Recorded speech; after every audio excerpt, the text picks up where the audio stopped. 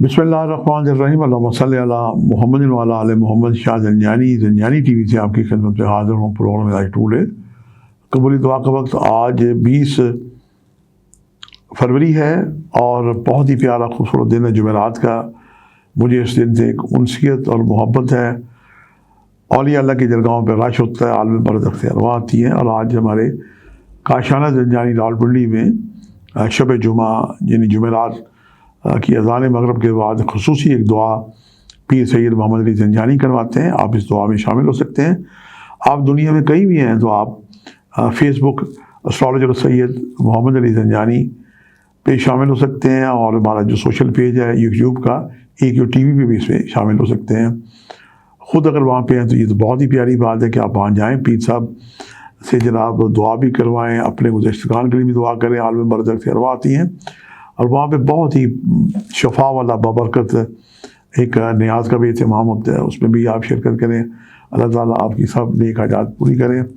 आज मैंने आपके लिए जो कबूली दुआ का वक्त निकालने की सआदत हासिल की है, ये पहला वक्त है सुबह 2:49 से लेके 3:19 का वक्त है, करीब तरीन नमाज शब का। और दूसरा वक्त दोपहर 1:04 से लेके 1:34 का वक्त है। और तीसरा जो वक्त है ये अज़ान मगरब का वक्त है और आलम बरदख्त से अरवा के आने का वक्त है। सूरह फातिहा सूरह इखलास पढ़ के अपने गुज़श्तगान को हदिया करें। औलिया अल्लाह की दरगाह पे जाएं तो औलिया अल्लाह साहिब मज़ार ख़ुद वहाँ पे तशरीफ़ लाए होते हैं। उन्हें वास्ता दे के दुआ करें कि ये दुआओं की कबूलियत का वक्त है। यूँ भी जनाब शबान की बरकतें जारी हैं।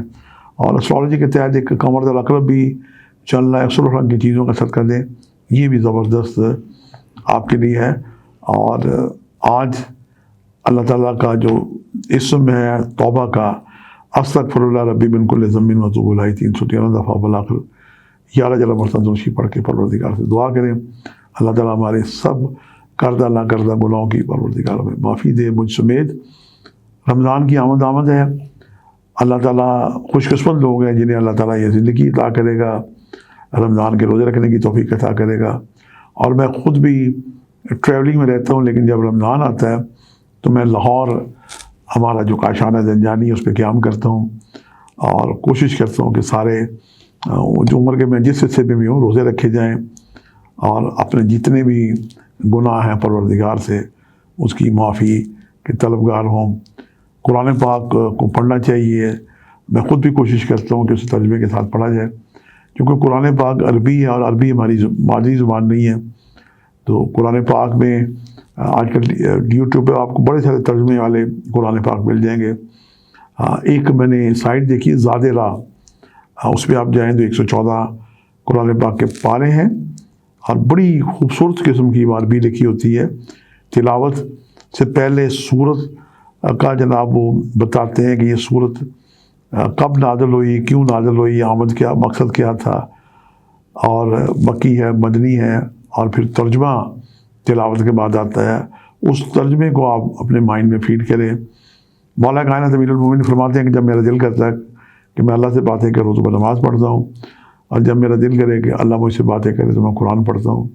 और यकीन जानें कि आप जब कुरान को तर्जुमे के साथ पढ़ें सुनेंगे, कुरान पाक 1400 साल पहले ये नाज़िल हुआ था मोहम्मद मुस्तफ़ा सल्लल्लाहु अलैहि वसल्लम के क़ल्ब पे, लेकिन आज भी जब उसे खोलें पढ़ें तो आपको एक नई चीज़ वहाँ से यानी डिस्कवर होती है। मैं ख़ुद हैरान हो जाता हूँ कि कुरान पाक एक मुअजिज़ाती किताब है। और कुरान की जो तिलावत है इसका सुनना भी सवाब है, क्योंकि अल्लाह जो है कारी है। अल्लाह कुरान हमें बता रहा है, सुना रहा है। और कुरान पाक का पढ़ना, कुरान पाक का सुनना और कुरान पाक का एक एक लफ्ज़ जो है, एक एक हर्फ जो है, ये अल्लाह ताला ने बड़े रिदम से इसे सेट किया है।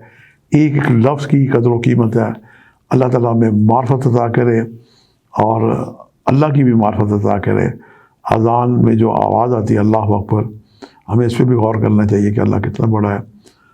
अल्लाह ताला हम सब को अपनी मोहब्बत और मार्फत की तौफ़ीक अता करे।